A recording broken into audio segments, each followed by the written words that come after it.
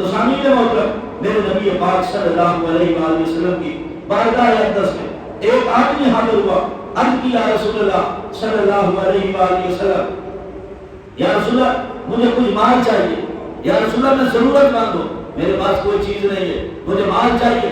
میرے کریم آقا علیہ السلام نے حضرت بلال رضی اللہ تعالیٰ عنہ کو فرمایا، اے بلال، حضرت بلال سے فرمایا، اے بلال جا پتہ کر میرے گھر میں کوئی چیز پڑی ہے۔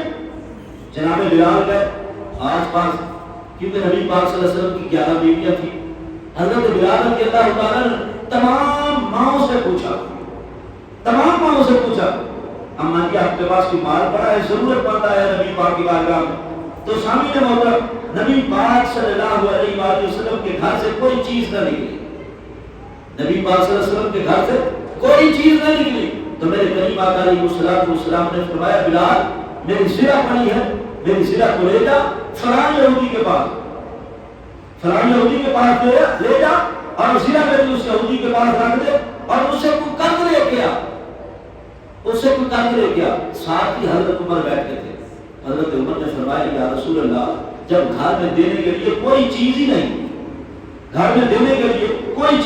سائل کو، تو یا رسول اللہ اس میں تنگی والی کون سی بات ہے، آج کیوں اپنی زرہ دیتے ہوئی؟ تو حضرت بلال رضی اللہ تعالیٰ عنہ بول پڑے، یا رسول اللہ صلی اللہ علیہ وسلم نہ ہمارا رب، یا رسول اللہ صلی اللہ علیہ وسلم نہ ہم بخیل ہیں نہ ہمارا رب بخیل ہے، یا رسول اللہ صلی اللہ علیہ وسلم آپ دیجیے، یا رسول اللہ صلی اللہ علیہ وسلم آپ دیجیے۔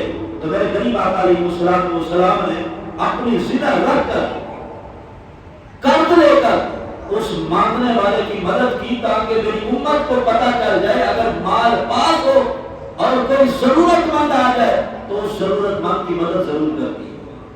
یہ میرے کریم آقا کی سنت مبارکہ ہے۔